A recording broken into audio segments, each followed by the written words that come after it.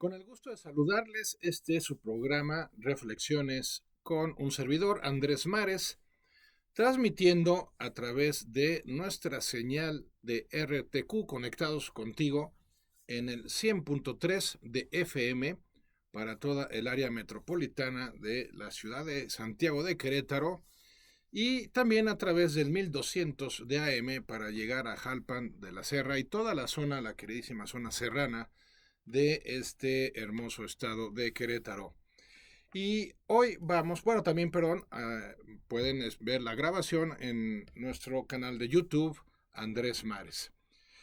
Y bueno, hoy vamos a reflexionar, seguimos con los niveles de conciencia y ahora nos toca considerar el nivel de conciencia de aceptación que de acuerdo con la tabla que planteó el doctor David Hawkins calibra en 350. Y es el tema de la aceptación.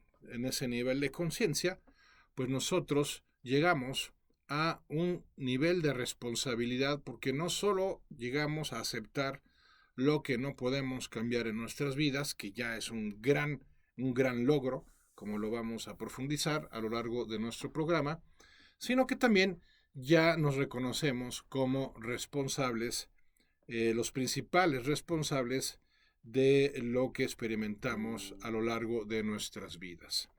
Y pues en estas fechas navideñas, en donde el espíritu de renovación pues es el tema central, pues la aceptación viene muy bien a colación porque, como lo vamos a ir considerando, es fundamental que partamos de nuestra realidad para que podamos plantearnos la mejor forma de renovarla.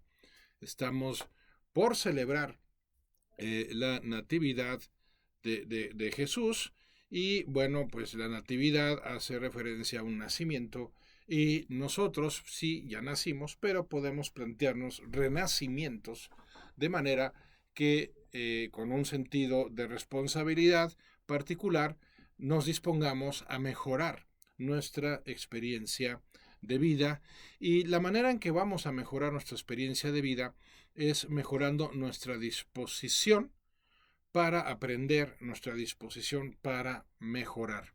Sin esa disposición, invariablemente caemos en el círculo vicioso de estarnos lamentando, de estarnos quejando por lo que pudiera estar mal en nuestras vidas, por lo que pudiera causarnos algún tipo de dolor.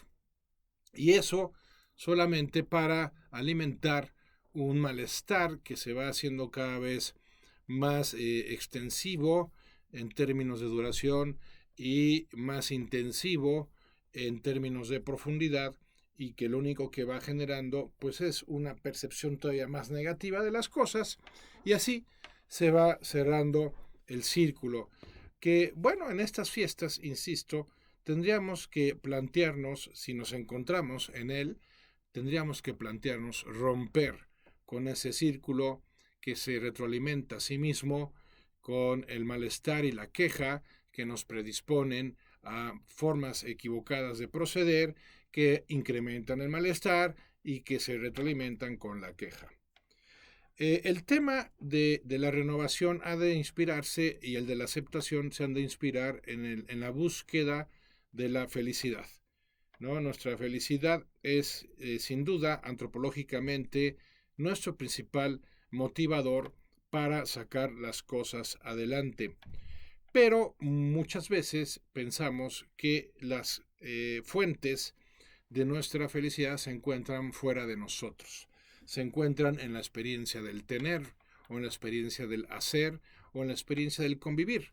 ¿No? Son básicamente las tres experiencias o los tres niveles de experiencia a los que asociamos como resultado la de la dicha y la de la felicidad. Pero no es así.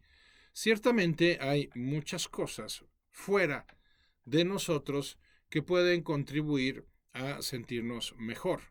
En estas fechas se estilan los obsequios, por ejemplo, y claramente el hecho de recibir un obsequio, un regalo de parte de otras personas, pues es algo simbólicamente muy gratificante, es algo que genera alegría, ¿Por qué? Porque simboliza el valor o la importancia que significamos o representamos para la persona que nos hace el obsequio.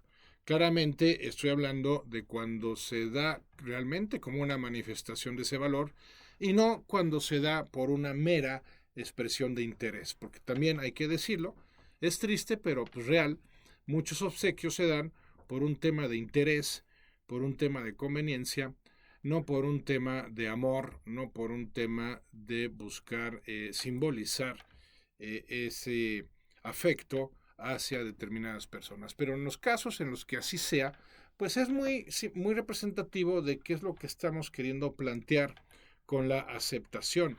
La aceptación es la postura de reconocer o que nos lleva a reconocer que la felicidad y el amor son experiencias que vamos a generar desde nuestro interior y no experiencias que tenga sentido seguir esperando que se den desde fuera. Es algo muy importante de tener presente porque mientras sigamos señalando a nuestro entorno, a lo que es exterior a nosotros, como los principales responsables de cómo nos sentimos, pues seguiremos en la práctica viviendo sin ser libres o sin ejecutar nuestra facultad de libertad. ¿Por qué? Pues porque muchas de las situaciones y de las disposiciones de otros en nuestro mundo externo, pues están fuera de nuestro alcance de elección. No podemos decidirlo, no podemos elegirlo. No puedo elegir la actitud de una persona a la que amo, no puedo elegir la temperatura del clima, no puedo elegir el que siempre me resulten las cosas como yo quisiera, eso no es posible y por lo tanto la aceptación pues ya representa un nivel de madurez que es muy importante en la vida de cualquier persona. No hay que confundirla con resignación, no hay que confundirla con pasividad, porque muchas personas de alguna manera se justifican diciendo, no, pues es que yo no, ¿cómo voy a aceptar esta realidad? ¿O cómo voy a aceptar la forma de ser de esta persona?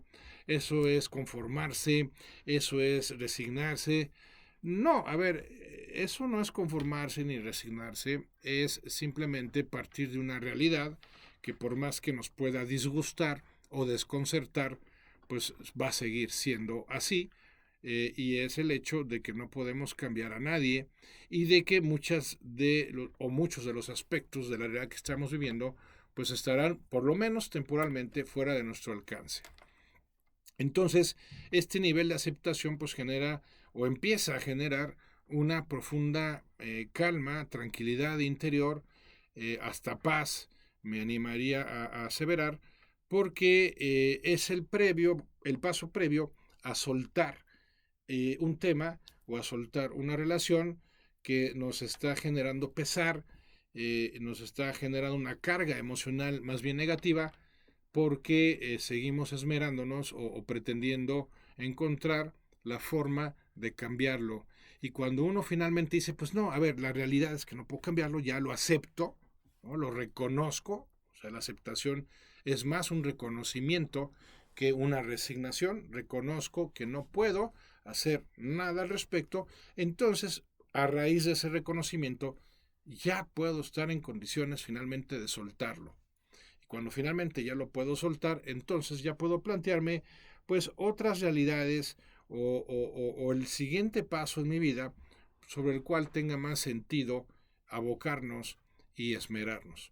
En cambio, mientras yo me siga resistiendo a algo que no me gusta y siga pretendiendo encontrar la forma de cambiarlo, pues seguiré estancado, ¿no? Seguiré en ese estado tan deplorable de estancamiento en el que se encuentran muchas personas justamente por esa necedad, por esa postura soberbia y no pocas veces arrogante de pretender encontrar formas que no existen para lograr un cambio que no es posible. Uh-huh. Claro que tiene más sentido, mejor centrarnos y esmerarnos en los cambios que sí son posibles, porque esos de alguna manera nos corresponden justamente por ser resultados a los que podemos aspirar, cambios que están bajo nuestro alcance y que por lo tanto son susceptibles de realización de mi parte.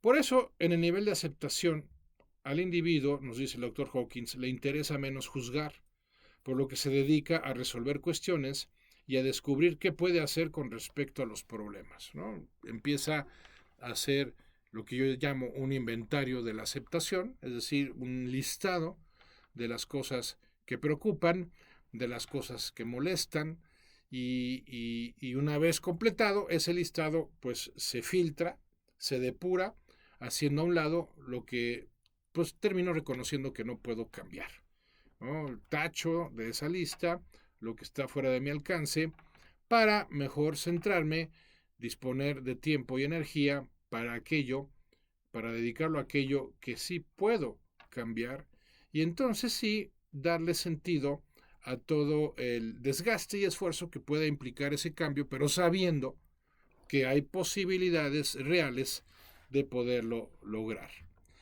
También hay un cambio en la línea de tiempo de la persona que logra este nivel de conciencia, el de la aceptación. Ya empieza a pensar más a largo plazo. Ya el tema de la gratificación inmediata, pues ya deja de ser rector en su vida, ya le interesan más los valores que estén asociados a planteamientos de largo plazo, porque uno empieza a darle más importancia a lo que es intrínsecamente importante y valioso y deja de darle tanta importancia a lo que es individualmente apetecible, ¿no? Porque luego nuestros apetitos, nuestros antojos, nuestros caprichos nos los planteamos tramposamente como si se trataran de valores universales y la realidad es que no lo son. Los valores universales se caracterizan por ser importantes de manera intrínseca para todo el mundo y se miden por las consecuencias o se identifican por las consecuencias que se derivan de no estarlos haciendo realidad. Cuando hablamos, en cambio, de un valor personal, o mejor dicho, ese antojo o ese capricho o esa preferencia personal, pues no necesariamente tiene que ver con un valor universal. A lo mejor se me antoja hacer ejercicio, ok, ahí sí sería un caso en donde un apetito personal, pues coincide con la realización de un valor universal, pero solo aquellos apetitos o antojos que correspondan a principios universales, pero no todos corresponden a dichos principios universales. Si yo tengo ganas de no ir a trabajar, pues no porque sea un apetito personal, eso lo convierte en un valor. Por supuesto que no. O sea, yo tengo un compromiso que cumplir, tengo una responsabilidad que llevar a cabo, entonces por un simple antojo, pues yo no puedo dejar de ir a trabajar nada más para experimentar la gratificación inmediata. Y entonces ese horizonte a largo plazo que empiezan a desarrollar los que llegan a este nivel de aceptación, ya empieza a darles, a conferirles un sentido de mayor responsabilidad respecto a las causas en el presente, porque están pensando en los efectos del futuro. Pero, reitero, no los efectos inmediatos, sino los efectos a más largo plazo. Y entonces eso ya nos lleva pues a adquirir formas de proceder más responsables, como pudiera ser ahorrar, ¿no?, en el tema financiero, como pudiera ser el cuidar mejor nuestra alimentación en el tema de la salud, como pudiera ser el de tener iniciativas para enriquecer nuestras relaciones en el tema del amor, y así podríamos plantearnos en diversos ámbitos y de diversas maneras objetivos a largo plazo que le van a dar sentido a nuestro esfuerzo a corto plazo. Y no pretender a la inversa, como muchos lo hacen, un placer a corto plazo sin importar la afectación a largo plazo.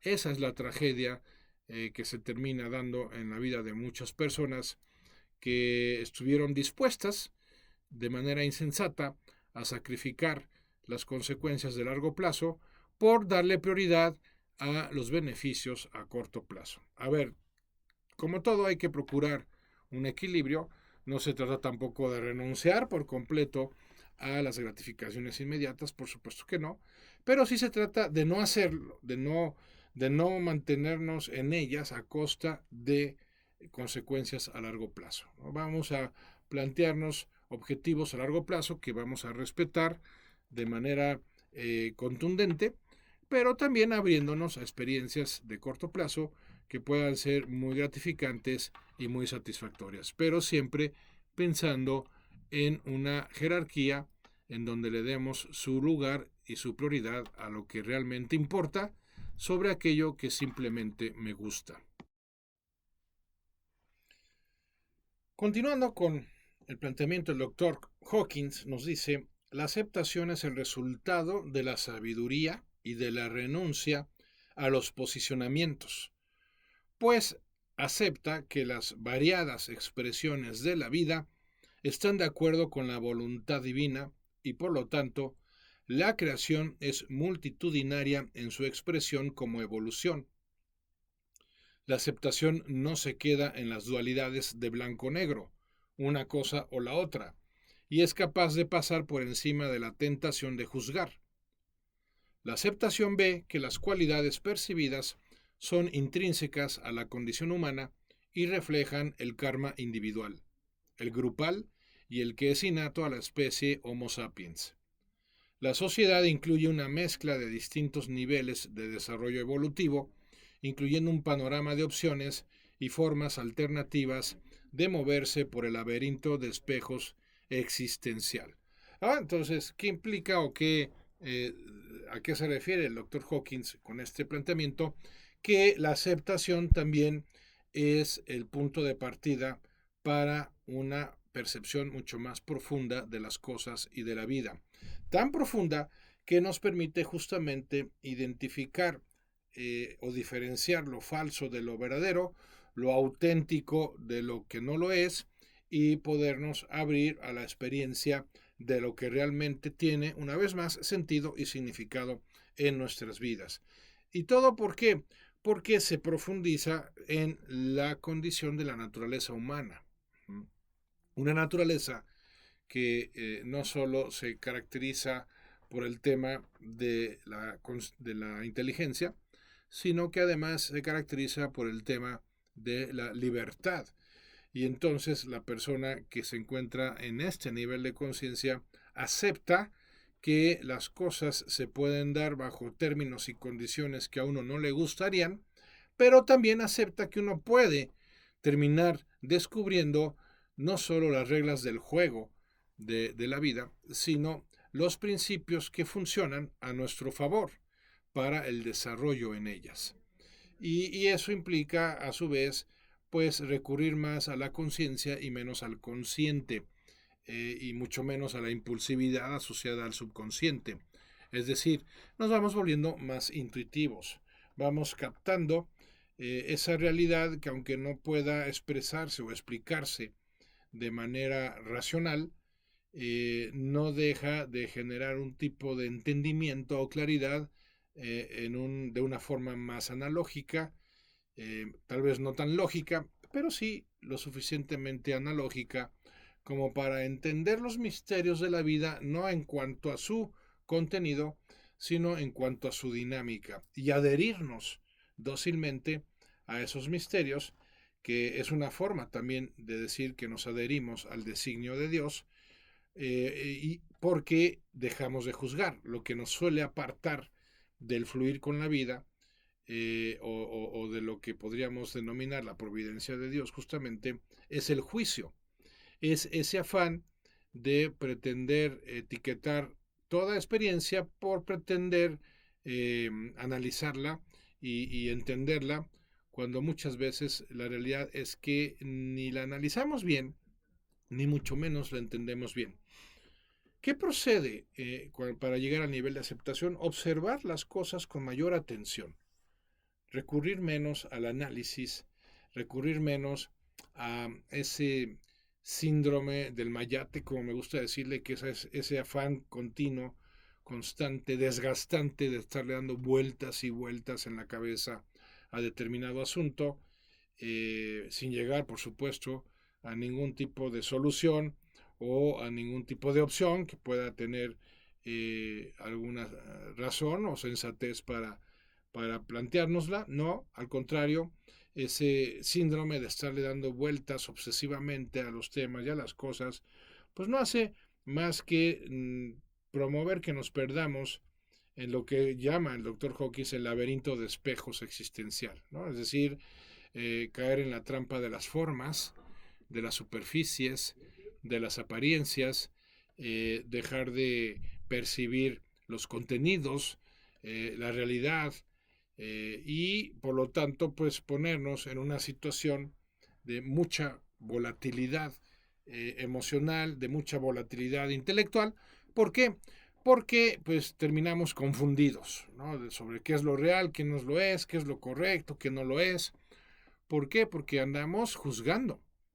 El juicio constituye una arrogancia del ego muy grande, pero también nos vulnera en cuanto a la posibilidad de captar la realidad de las cosas. Por eso la aceptación es una disposición y a la vez una virtud muy importante en la experiencia humana, porque nos mantiene objetivos y hace posible un nivel de profundidad que al desprenderse de la necesidad, entre comillas, de estar juzgándolo todo, se pone más bien en un plan de una observación profunda, de tal manera que logremos grandes desapegos.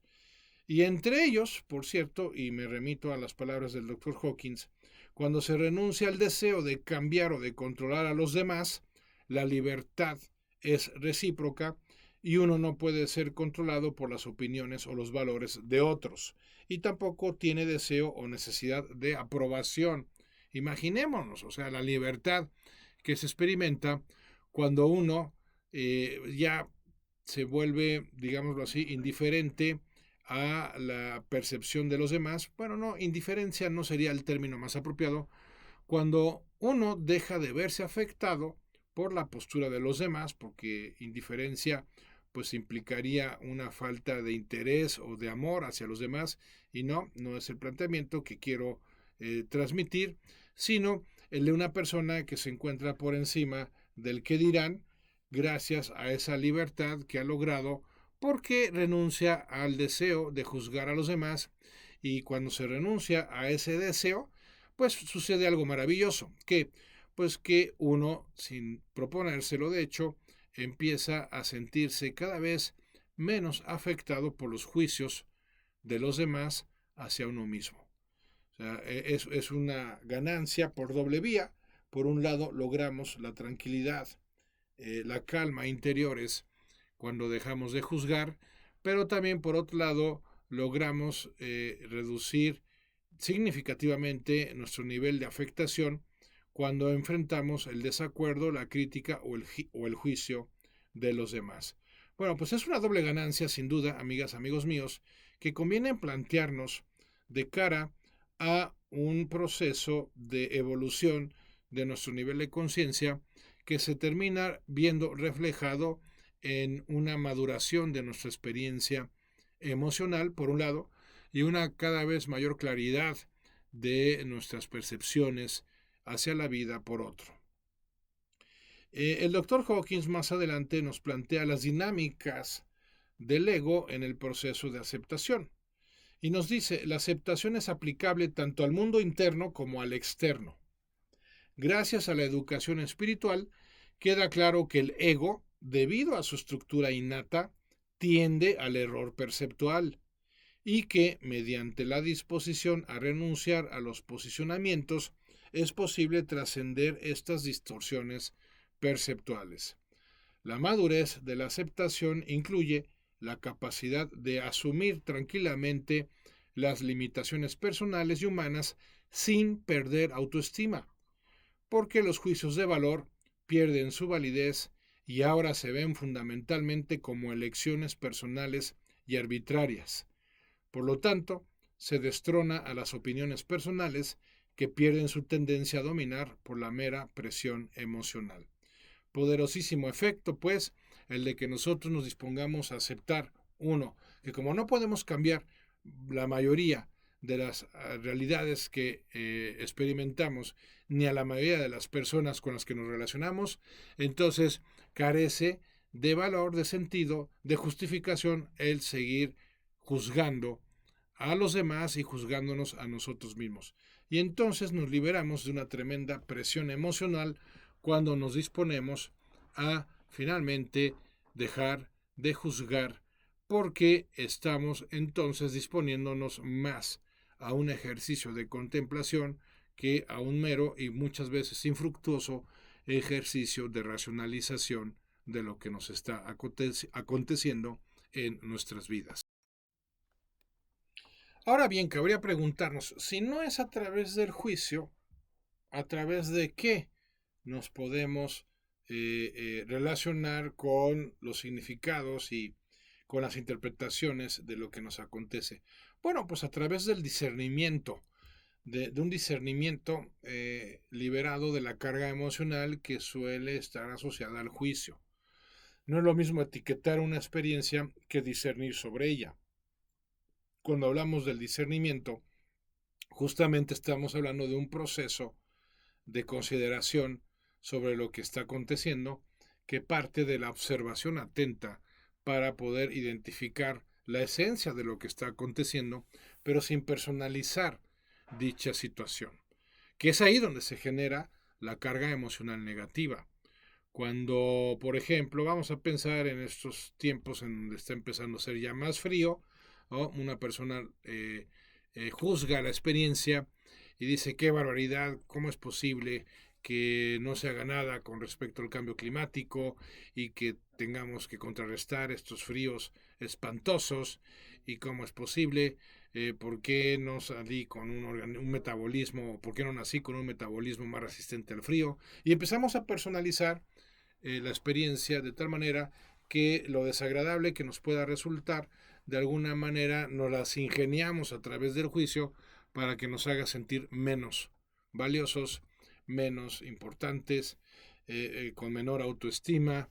Y ojo, porque eso pues es pan de todos los días en la vida de muchas personas que tienden a valorarse de acuerdo a cómo se sienten, en vez de simplemente cuestionarse el por qué se sienten así y cuáles son sus opciones al respecto. Pero no tiene nada que ver nuestra valía personal con nuestro estado emocional, ¿sí? Porque el estado emocional pues es dependiente de múltiples factores y reitero, la mayoría de ellos fuera de nuestro control, como para que cometamos la insensatez de estarnos evaluando y de estarnos valorando a nosotros mismos de acuerdo a cómo nos sentimos. A ver, mucho de el cómo nos sentimos pues no proviene de nosotros mismos, inclusive, es decir, nosotros no somos los causantes. Mucho del cómo nos sentimos nos viene desde afuera, desde el exterior, planteamientos de otros, creencias de otros, informaciones del exterior. En fin, hay muchos detonantes y muchos causales de nuestro estado emocional como para que pensemos que están describiendo fielmente el nivel de valía personal. No, nada que ver. En cambio, cuando yo acepto que a veces me sentiré mal, a veces entenderé mal las cosas y me abro a esa experiencia de la imperfección, bueno, entonces puedo centrarme más en desarrollar un discernimiento que al estar libre de emociones negativas, pues me permite la conexión con la verdad de una manera más precisa, de una manera más certera y, ojo, de una manera mucho más amable. Cuando nosotros descubrimos una verdad por la vía de la intuición, pues lo hacemos de una forma mucho más suave, mucho menos desgastante, es más, mucho más gratificante que el encuentro con la verdad que terminamos logrando a base de muchos contrastes, de muchos contrapesos por juicios de valor personales, de muchas correcciones, de distorsiones mentales, individuales que pues sí, a lo mejor también hacen posible que llegue al conocimiento de la verdad, pero habiendo pagado un precio o habiendo seguido un proceso muy desgastante. Por eso es muy poderosa la disposición a aceptar la realidad que estamos viviendo. Subrayo, sin conformismos, sin resignaciones, porque pudiera malinterpretarse como mera pasividad, como una postura que podríamos metafóricamente describir como un simple cruzarse de brazos y bueno, pues yo me quedo así ya resignadamente y ya no hago nada al respecto y a ver de cómo nos va. Pues no, esa es una postura muy responsable, es una postura claramente lamentable y por eso es muy importante que evitemos caer en ello porque estemos dispuestos a aceptar. Y sí, vamos a subrayarlo, la aceptación en nuestras vidas pues implica, requiere cierto grado de renuncia. Y continuamos con las palabras del doctor Hawkins. La renuncia a juzgar nos libera de las emociones peyorativas y odiosas que hacen surgir la culpa consciente o inconsciente o los miedos inconscientes a la venganza y la paranoia. La humildad evita la inflación mediante la que el núcleo narcisista del ego considera que los demás están equivocados y yo tengo razón y por lo tanto yo soy superior. Es decir, la aceptación nos conduce a la experiencia de la humildad, nos conduce a una postura humilde que hace posible que nos mantengamos al margen de las críticas, de las quejas, de las observaciones pesimistas, negativas, que son formas torpes, vamos a decirlo de esta manera, de pretender sentirnos menos mal de lo que nos hacen sentir justamente esas percepciones y esas consideraciones. Es por lo tanto una renuncia en su nivel más profundo a la soberbia, a un considerarnos de una manera indebida, pues superiores y más importantes que los demás, porque no tiene fundamento el hecho de que nos sintamos más o menos que otras personas. Nosotros nos sentimos al final del día de acuerdo al tipo de agenda que procuramos hacer realidad jornada tras jornada, y si esa agenda se orienta hacia la realización de valores superiores, de valores positivos, bueno, pues entonces iremos notando a lo largo del tiempo que nuestra experiencia emocional se va primero atemperando, ¿no? Se va tranquilizando, se va suavizando, para posteriormente irse volviendo mucho más alegre, mucho más positiva, porque nos vamos volviendo más confiados, no solo en nuestros propios recursos, como lo planteamos en la reflexión anterior, sino también en recursos sobrenaturales, como también lo planteamos en la sesión anterior. Entonces, continúa el doctor Hawkins, la honestidad con uno mismo requiere examinar los motivos ulteriores del ego, ¿no? Primero descubrirlos, diría yo, que guardan relación con una imagen engreída que se expresa en retóricas y argumentos, ¿no? Ese famoso afán de querer tener siempre la razón y de ganarle a los demás en ese tema, en ese contexto, cuando lo que realmente importa no es quién tiene la razón, sino quién está viviendo de una manera más funcional, ¿no? Y eso se nota principalmente en la forma de sentirse de cada persona.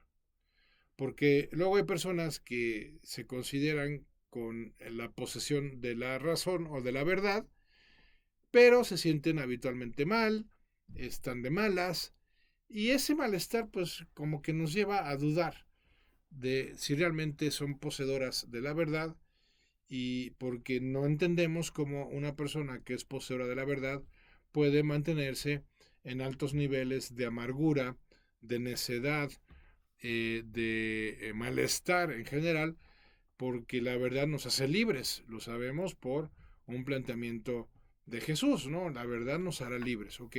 Entonces, pues no puedo entender cómo se puede asociar el malestar a la libertad. Más bien, puedo hacerme una idea perfectamente clara de cómo el malestar se puede asociar a un tipo de esclavitud, ¿no? Una esclavitud física, por ejemplo, la adicción sería un tipo de esclavitud física, la codependencia sería un tipo de esclavitud emocional, la neurosis sería un tipo de esclavitud eh, cognitiva. En fin, como que hay formas variadas contemporáneas de esclavitud de las que no solemos ser conscientes y en las que probablemente nos encontremos inmersos porque los estemos etiquetando de una manera distinta, ¿no? A lo mejor no le llamamos, no reconocemos la esclavitud al mal carácter, al mal genio, sino que le llamamos fortaleza y determinación. O a lo mejor no reconocemos la esclavitud que representa la codependencia hacia una persona y entonces le llamamos interés, protección o inclusive hasta amor a esa persona. O no reconocemos la esclavitud de un mal hábito y entonces le llamamos perseverancia. En fin, que el ego se las termina ingeniando, se las termina arreglando para que justifiquemos, nos autojustifiquemos frente a aquello que si tuviéramos un nivel más profundo de conciencia, reconoceríamos como algo que está mal, como algo que es indebido y por lo tanto como algo que hay que corregir y como algo que hay que trabajar por mejorar.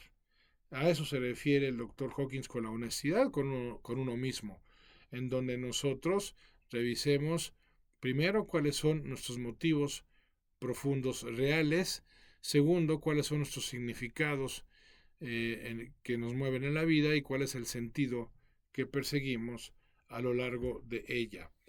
Por eso es tan importante este nivel de conciencia. Y además también estas fechas navideñas pues nos hacen referencia a la importancia y al poder que se libera con la humildad. Cuando contemplamos al niño Jesús que nace en un pesebre, en condiciones de gran pobreza, con una indefensión que llama la atención, pues estamos hablando de el nacimiento de un personaje que partió la historia en dos, el antes y después, se dan en función a ese nacimiento y se dio ese nacimiento en condiciones, en circunstancias que para la lógica humana resultan desconcertantes, ¿no? ¿Cómo es posible que alguien que se pregona como un dios hombre, nazca en condiciones tan adversas?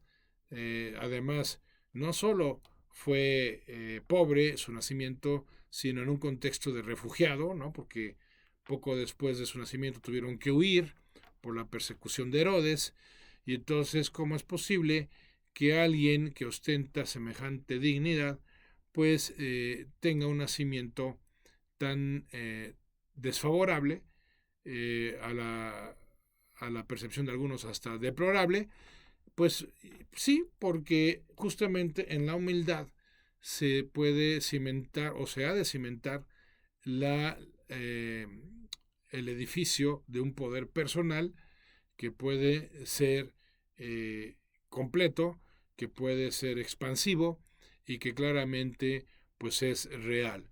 En cambio, lo contrario, ¿verdad? ¿Cuántas veces hemos visto nacimientos dorados, por decirlo así, en condiciones muy favorables, nacimientos en condiciones muy prósperas, pero que terminan dando vida a un personaje ruin, a un personaje déspota, a un personaje nefasto, y en donde pues claramente es el tema de la soberbia que probablemente, y sin quererlo, vamos a salvar la intención, se fue generando en esa opulencia, pues terminó generando un ser completamente ruin. No estoy queriendo decir con esto, lo quiero subrayar, que todos los orígenes pobres generen grandes personalidades, ni que todos los orígenes opulentos generen personalidades nefastas. Por supuesto que no. Vamos a encontrar casos de personas que nacen en la pobreza y terminan siendo nefastas, personas que nacen en pobreza y terminan siendo ejemplares, y también personas que nacen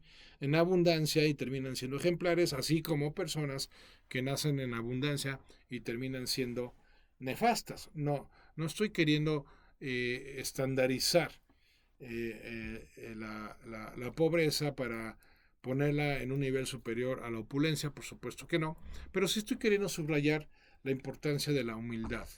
Y la humildad es algo que hemos de plantearnos en cualquier etapa de nuestras vidas como el punto de partida de una conversión personal, que al final de eso se tratan estos tiempos de nacimiento, de renacimiento, de considerar un tipo de renovación, un tipo de conversión personal que, ¿por qué no?, se base en la humildad para lograr mayores niveles de aceptación. Y bien, pues entonces, ¿cómo podemos llegar a este nivel de conciencia? Y nos remitimos una vez más a las palabras del Dr. Hawkins cuando nos dice: al renunciar al juicio emocionalizado, se despeja el camino para entrar en la armonía y en la paz gracias a la reducción de la presión emocional. El perdón y la misericordia permiten la contemplación reflexiva, con lo que emerge el equilibrio entre discernimiento y entendimiento. La resistencia a la claridad sin emoción es consecuencia de la renuencia del ego a renunciar a su importante papel narcisista como juez y árbitro de la valía y la moralidad, ¿no? Entonces, ¿cómo empezamos a ascender hacia ese nivel? Pues justamente cuando nos disponemos a despojarnos de la carga emocional que se deriva del tipo de juicio que solemos hacer. En otras palabras, comienza la aceptación cuando renunciamos a la resistencia, que es lo que se opone a la aceptación, y entonces nos abrimos a la aceptación como tal, porque dejamos de pelearnos con aquello que no nos gusta y con aquello que no entendemos. Porque lo que nos engancha de manera más negativa en nuestras vidas, emocionalmente hablando, es aferrarnos a algo que no entendemos, queriendo tratar de entenderlo, o aferrarnos a algo que nos disgusta, tratando de lograr erradicarlo de nuestras vidas. Y ambas pues suelen ser infructuosas porque suelen versar sobre temas en los cuales no tenemos ningún tipo de alcance, de posibilidad de manejo o de control. La realidad es que tendríamos que renunciar a esa necedad, a esa arrogancia de pretender tener siempre la razón, y más bien abrirnos humildemente a la intuición para poder discernir sobre qué tiene sentido seguirnos esforzando y seguirlo haciendo, y sobre qué no, y ya soltarlo de una vez por todas.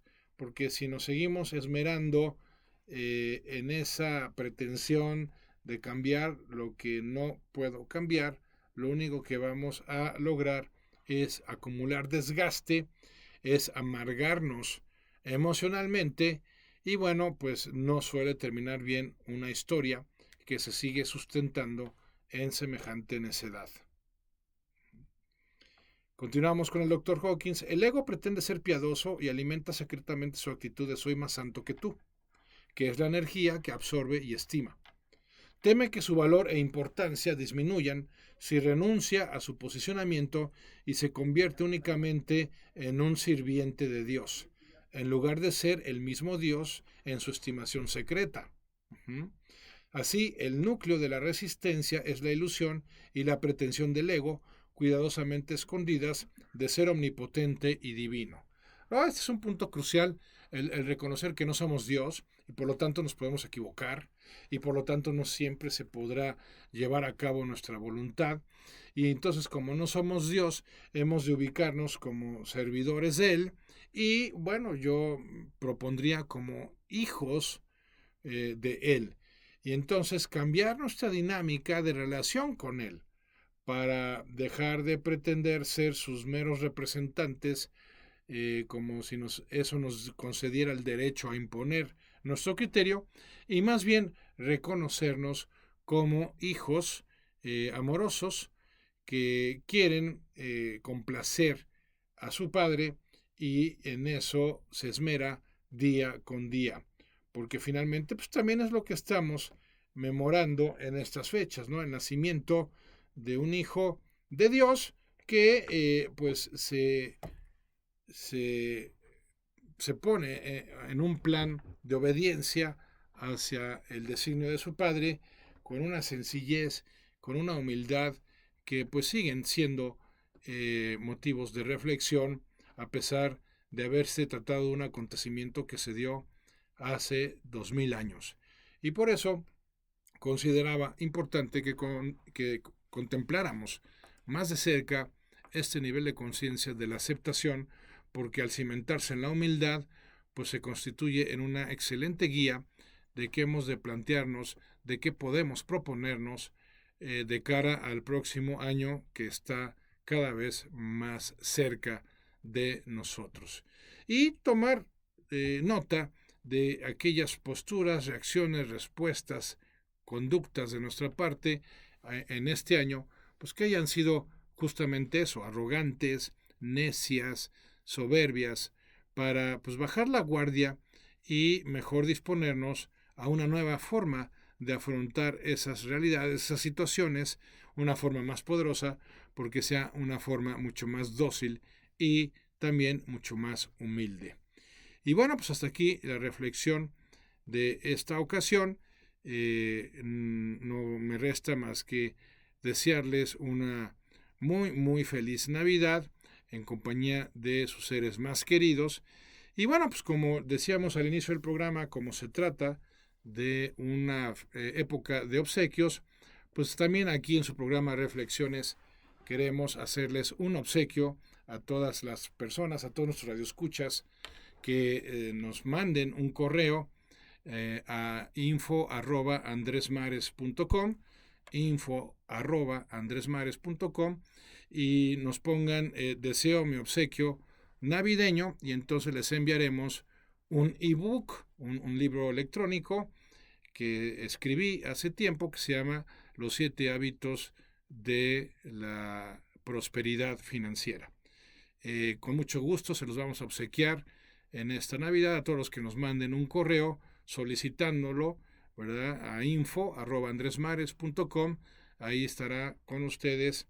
En cuanto lo recibamos, les reenviaremos en un formato de PDF, pues ese pequeño libro, que no por pequeño deja de ser rico en contenido, Los 7 hábitos de la prosperidad financiera, como un detalle de agradecimiento del equipo de Reflexiones hacia ustedes por habernos acompañado a lo largo de este año, y para que pasen una feliz Navidad, en donde probablemente el tema de la prosperidad pues sea un tema que resulte de su interés para el próximo año, que se nos va a presentar, pues por un lado desafiante y por otro lado lleno de posibilidades por lo mismo.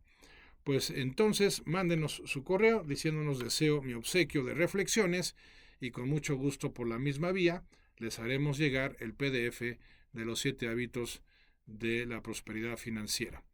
Pues gracias por acompañarnos, gracias al equipo de producción de RTQ, del programa Reflexiones, a la Virichina Ramírez, a Pepe Ramírez, a Chilo Granados. Gracias por habernos acompañado también en este año y hacer posible este programa. Y yo soy Andrés Mares, y este es tu tiempo y tu espacio para el cambio. Muchísimas gracias y hasta la próxima.